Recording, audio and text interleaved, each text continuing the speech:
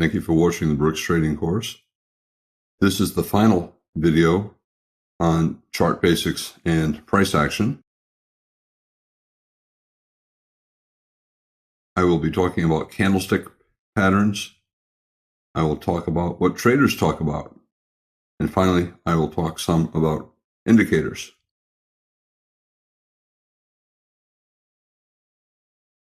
I think one of the unfortunate things that beginners see when they start out is a collection of ads and claims on the internet and in books and magazines that make it sound like if you simply memorize a handful of candlestick patterns, you're going to get rich.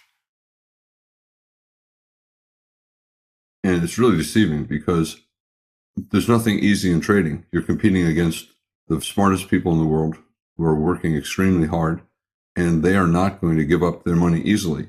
So if you see ads like this that tell you that you can make an incredible amount of money with minimum work, for example, this one says you can turn $250 into $34,000 completely on autopilot. It's really tempting. Everyone starting out is looking for protection. They're afraid of losing their money. They're looking for someone who's going to take care of them, but nobody's going to take care of them. They're looking for some easy way to make money that's guaranteed to not lose money.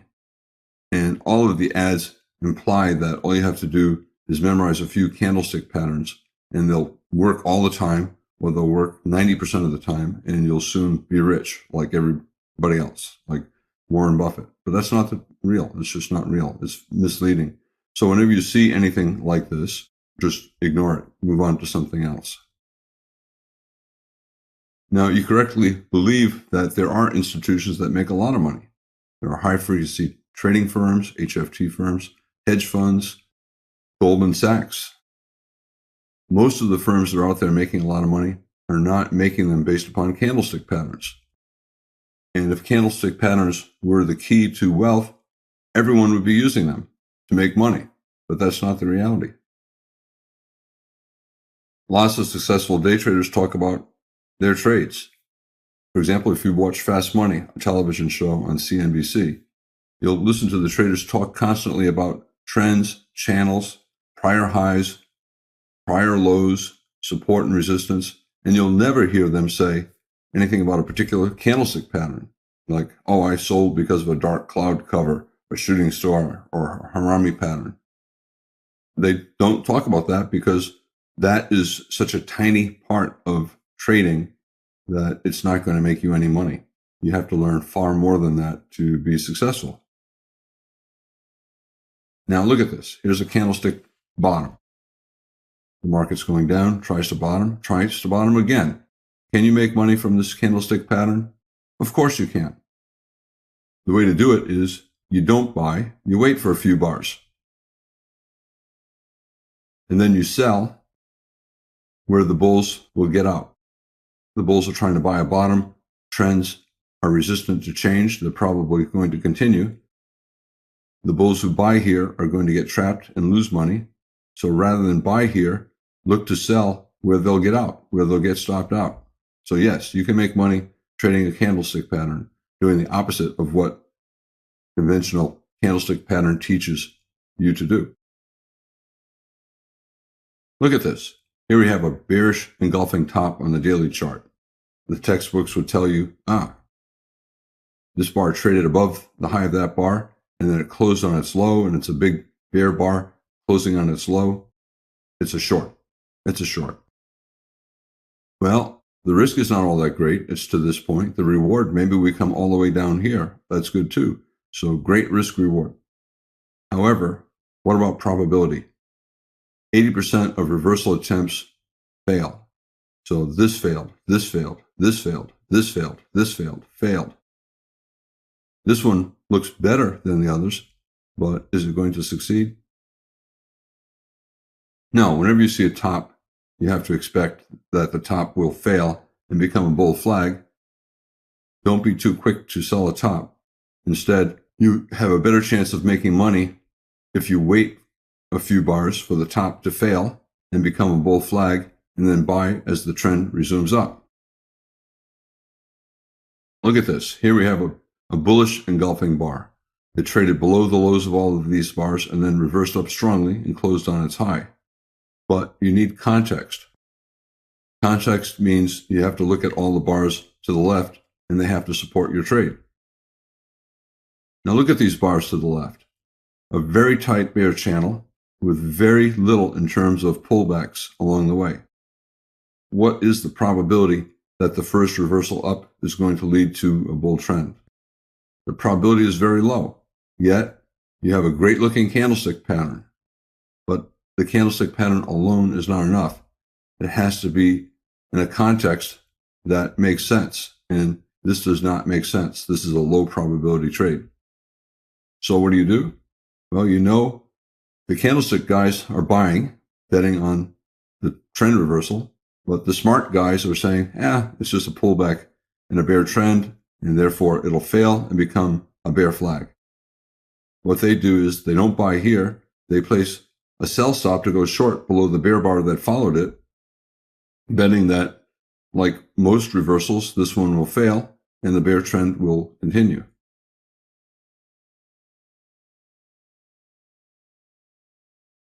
Markets have inertia. That means they are resistant to change. And there's an 80% chance that they'll continue doing what they have been doing. So, for example, if you want to know what the bars to the right look like, the ones that you don't see yet, look to the left. If we're in a bear trend, chances are we're going to continue in a bear trend. And if we're in a trading range, chances are we'll continue in a trading range. There's much more to a bottom than simply a candlestick pattern. So if you're in a bear trend, you make more money expecting reversals to fail. We had lots of reversals here, here. We tried to reverse here and here. Most reversals are going to fail. Every one of those reversals is minor. They are not major trend reversals. They are not going to change a bear trend into a bull trend. They're going to change a bear trend into a bear flag, and then the bear flag will lead to a resumption of the bear trend. My 80% rule, inertia. When the market's in a trend, 80% of reversal attempts will fail. They're minor reversals, and they become bear flags, and they lead to resumption of the trend down. So for example, here, we're trying to reverse up. We have a small double bottom. Am I going to buy that bar? No. If anything, I'm going to place a limit order to sell at the high of the bar. Same here. Here's a bull bar closing on its high. Am I going to buy that close? No. If anything, I'm going to place a market order to sell as soon as I see that big bull bar attempting to reverse up, because I know the math is it's more likely to lead to resumption down. And that's true all the way down. Every one of the reversal attempts I'm viewing as a bear flag, and I'm looking to sell. Bulls finally got their bounce. The bulls who have been buying all the way down finally made money, but they lost money on all the other prior attempts. And what they make here will probably not be enough to offset their prior losses. And even this is only a minor reversal. When the channel is this tight, you might bounce for 10 or 20 bars, but the odds are you're going to come back down and test this low. At that point, you might get a major reversal. But all of these reversals, including this one, is probably minor. Now, my 80% rule also applies to trading ranges. In a trend, 80% of reversal attempts fail. In a trading range, 80% of attempts to break out into a trend will fail. So we tried to go to a new high, it reversed down. A new low, reversed up. New low, reversed up. New high, reversed down. New low, reversed up. New high, reversed down. If you see a market having a lot of trading range, price action, don't get excited when it breaks to the downside. You have to assume the downside breakout will fail, and don't get excited when it breaks to the upside. Even when it's breaking strongly to the upside like this, the odds are that it will fail, at least pull back a little. Here it pulled back all the way to a new low. Trading is difficult to do. I've been trading for 30 years, and it's still difficult, but I enjoy doing it, and I'm very peaceful when I do it. When traders start out, they quickly learn that they lose money. No matter how hard they try to trade really well, no matter how much they know about candlestick patterns, they're losing money. So they realize they're missing something. For example, here, a sell, but the market keeps going up. What they're missing is understanding context. And context means all of the bars to the left. And what the market has been doing prior to the current bar is far more important to what the current bar looks like. Candlestick patterns alone are useless. And if anything, when you're starting out, you'll lose money because you'll constantly be betting that trends will reverse, and you'll constantly be betting that trading ranges will break out. And 80% of the time, you're wrong. You're taking 20% bets, and it's virtually impossible to be making money if you win only 20% of the time. After traders lose enough money, they start to look for help. They're desperate to believe in anything, and there are lots of well-intentioned people out there who want to help you, but a lot of them are dishonest, and a lot of them teach you that knowing candlestick patterns is the only road to making a fortune as a trader. And that's simply not the case. Here, good bull reversal bar, buy. No, you don't buy. It's following 3 bear bars. Look to the left. The market's going down. So if anything, you're looking to sell. So if candlesticks are not the answer, then what is price action? Listen to the traders on television, expert traders, traders who trade for a living. Listen to what they say. They tell you every day what's important, and they virtually never mention a candlestick pattern. So what do traders talk about?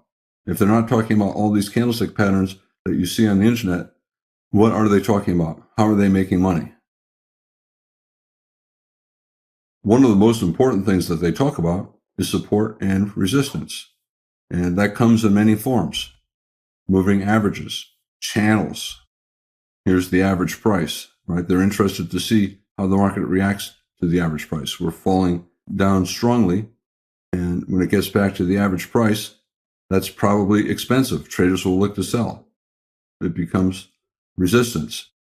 Here we're rallying strongly. When it gets down near the average price over the past 20 bars, 100 bars, it reverses up. Support. And they also look at channels. Here's a bear channel after a bull breakout, so it's probably a bull flag. Traders also spend a lot of time looking at prior highs and lows. The market rallied to this point and sold off. It broke strongly above it, came down near that point, and it's now support. It rallied again. It broke below it, tried to get above it again, failed. Tried to get above it again, failed.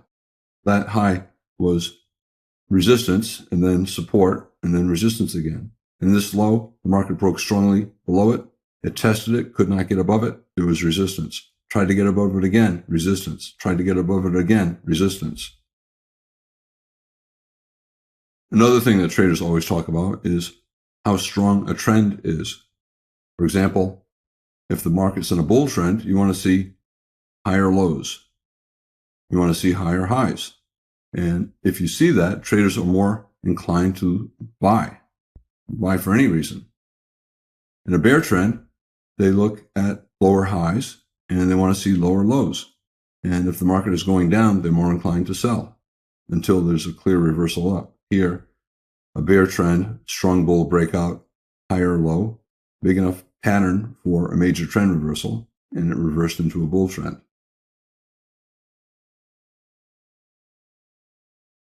Bear channel, bear trend, bull channel, bull trend. There are 2 forces that are very important, and they control all markets. First of all is context and momentum. Remember, I said that context means all the bars to the left. Where is the support and resistance? I talk about this in a separate video on support and resistance. For example, we're falling here, and if you draw a line across these tops, you'll see that every time it gets near the line, it falls. Even if it gets above the line, it falls. Above the line, it falls.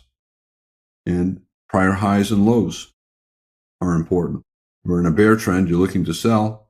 Selling pullbacks is a good thing to do. So if it gets near a trend line and reverses down, that's a good thing to sell. Near the trend line, reverses down, near the trend line, place a stop order to go short just below the prior bar. And then look at this. Every time it gets near the prior low, it goes up. So there's support at prior lows. Traders will look to buy reversals up. When the market makes a new low, they'll place a stop order to buy above the high of the prior bar. These little green boxes are where they get in.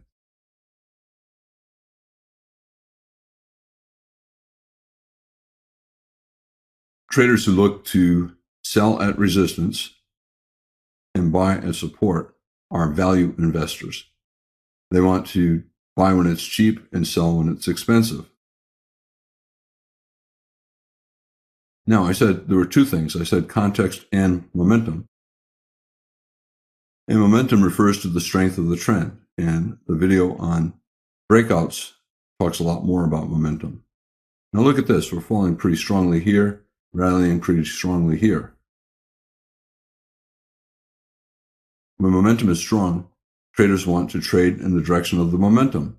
So if it's falling strongly, traders should be looking to sell. You could sell even the close of this bar, betting that any reversal up will probably stay below that high and be followed by lower prices. And the same is true here. You could buy the close of this bar, knowing that there'll be at least a little bit more up. And here, it pulled back, but held above the bottom of the bull trend and starts to turn up again. So traders will buy on the reversal back up. So they'll buy the breakout or the pullback. Here, they'll sell the breakout or the pullback. They don't sell simply here. They sold all the way down, but you can even sell at the worst price and make money. The same with here. Traders don't all buy that close. A lot of them bought all the way up here. That's why we got this strong breakout. Everybody's buying. Look at here. The market's losing momentum. We have a couple bear bars, but they're small, followed by a bull bar, a bear bar with a tail, a small bear bar followed by a bull reversal bar. The momentum down is getting weak. Compare that to this. And traders are buying every low. Bulls are making money buying every low, betting that the trend will not fall that much further. The market is transitioning from a strong bear trend into a weak bear trend, and then possibly a trading range, double bottom, and then possibly even a bull trend. So the momentum is weakening, and traders start looking for reversal trades. For example, buy the reversal up. We have a double bottom, maybe a slightly lower low major trend reversal. We have a bear trend, strong bull breakout above the top of the bear channel, and then a test of the bear trend low, and a reversal up, and a second and a third reversal up. So that is a reasonable reversal trade to take. I pay a lot of attention to early signs of strength. So we're in a bear trend, but look at this. We have 4 consecutive bull bars, 2 of them with very big bull bodies, all 4 closing near their highs. Bear trend, yes, but we have a sudden burst of buying, and that's a lot of strength on the part of the bulls, and I refer to that as buying pressure. So I pay attention to buying pressure. Here. We sold off strongly, but it reversed up strongly. The market is becoming more bullish. We're getting a lot of buying pressure. And on the way down, I look at selling pressure. We have a lot of bars down. Every bar, the high is below the high of the prior bar. The low is below the low of the prior bar. So we're trending down pretty strongly. Odds are, selling for any reason will get at least a little bit more down. Traders also pay attention to the strength of the trend. I told you that in addition to risk and reward, they need to pay attention to probability. And a very important thing is trade management. Once they take a trade, they have to manage it correctly. To make money as a trader, candlestick patterns, that's not the answer. They're basically totally unnecessary. They can be a useful small piece of the big picture, but they're really not important. A lot of institutions trade off line charts. They don't care about the candlestick patterns. They know that the direction of the trend, the strength of the trend, support and resistance are far more important than candlestick patterns. So if you look at this line chart, are you thinking that a candlestick pattern would make it more bullish? Or you're saying, wow, this is going up really fast, higher lows, higher highs, I got to buy. Candlestick pattern is not going to make it any more bullish. When you see this, you got to buy. And a candlestick pattern will not help you. Now, I want to say a few things about indicators. When I first started trading, all the magazines had pictures that looked like this. They tried to stuff as many indicators onto the chart as possible to lead you to believe that if you buy their software that can create all of these indicators, you're going to get rich. That you'll have some big advantage that will allow you to make money. Does all of this stuff really help? If one indicator is good, is 2, 3, 4 better? Having 10, is that better? The answer is no. In fact, you can barely see the chart with all of these indicators all over the chart. Your eye is going to get focused onto the indicators, and you will not be paying attention to the chart. Here's the same chart with the indicators removed. I can see what's going on. The bulls are trying to break out. We have a big reversal bar. We're probably going to continue back down. Trading range breakout probably will fail. I'm looking to sell. 3 pushes down, a trading range breakout below. I'm looking to buy.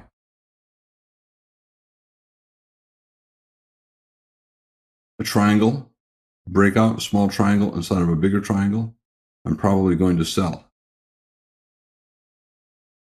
Strong bear trend, a bull reversal, probably going to fail. I'm looking to sell. A minor reversal, possible final flag, decent buy reversal bar, I'll look to buy. 50% pullback from the sell-off, I'm going to start looking to sell. Okay, we've got a second entry short. We have a small double top here. I'm looking to sell. Small triangle, failed bull breakout. I'm going to bet that will continue down at least a little bit more. I'm looking to sell. Higher low, major trend reversal. Bear trend, bull breakout, higher low. The sell-off not all that strong. 2 legs down, 1 pullback, 2. I'm going to look to buy. And the indicators don't show me any of that. So for me, I personally prefer just to look at the charts and try to understand what the market is doing. And then I place trades based upon the price action. To me, I don't like indicators. I get stressed out. Constantly looking for reversals and trends. I'm constantly looking for breakouts and trading ranges. And that's the exact opposite of what I should be doing. This is a common thing that you see. Okay, look at this low and this low in the indicator. So we got a low, we have a higher low, we have a higher low. This is a divergence. This is a double divergence. And the websites will tell you, oh, you got a double divergence. You got to look to buy. Right? Yeah, we got lower prices, and then we have a higher oscillator. You have to buy. No, look at the bars. You're in a really tight bear channel with virtually no significant pullback. It's far easier to make money selling. So even though we got a divergence, here's another divergence. Prices going down, indicators going up, higher lows. It's crazy, right? And that's the single biggest problem with indicators for beginners. They look at the indicator for patterns. Oh, a divergence, I got to buy. And they don't look at the chart. When the market's in a small pullback bear trend, you can only make money selling, not buying. So indicators, it's an excuse to avoid thinking about the obvious. So buying in a strong bear trend, yes, it can work and you can make a fortune. But so the risk reward is great. So you buy here, your risk is here, very little money at risk. We could go up forever. So your reward is huge. However, what is the probability? The probability is extremely low. So you need much more than risk reward. One of the unfortunate things on television is traders constantly talk about risk and reward. They never talk about probability. But that's the flip side of risk reward. Whenever a trade has excellent risk reward, in other words, small risk, great reward, it also has very low probability, because there has to be a reason for an institution to take the other side. So if you get great risk reward, guess what? The institution taking the other side of your trade has high probability. he's probably going to make money. Every now and then, you'll make a lot of money, but most of the time, you're going to lose. So you keep getting these small losses. Your indicators are telling you to buy. Buy, buy, buy, buy, buy, buy. Buy, you lose. You buy, you lose. You buy, you lose. And you're not losing much. Remember, your risk is small. However, you can bleed to death from 1,000 paper cuts. Those small losses add up. You have to be patient. There's a lot to learn. That's why there are so many videos in this course. I'm trying to teach you everything that you need to know to be a successful trader. And there are no shortcuts. Indicators are not a shortcut. Candlestick patterns are not a shortcut. And trading is never going to be easy because you're competing against extremely smart, hardworking people who have been doing this for years. And they don't want to give you a penny. They want to take every penny that they can get, and that's their job. That's what they should do. That's my job, and that's what I try to do every day. But even though it's hard, I really enjoy the challenge. Well, what type of chart? Look at this chart. Okay, this is the euro versus the yen. It's a monthly chart. When you look at it, if you didn't look at the time axis, you would say, oh, maybe that's a 5-minute chart. Maybe it's a 1-minute chart. Maybe it's a 60-minute chart. It's a monthly chart. And the point I'm trying to make is some traders do not want to trade intraday. And they'll trade daily charts or weekly charts or monthly charts. It doesn't matter. The process is still the same. The market's going up. Traders are looking to buy pullbacks, or they'll even buy breakouts. Okay, we're trying to top. Traders will start to sell. And this process is the same. It doesn't matter what the time frame is. All markets are fractal. Bigger patterns are made up of smaller patterns. Smaller patterns are parts of bigger patterns. It's all the same thing.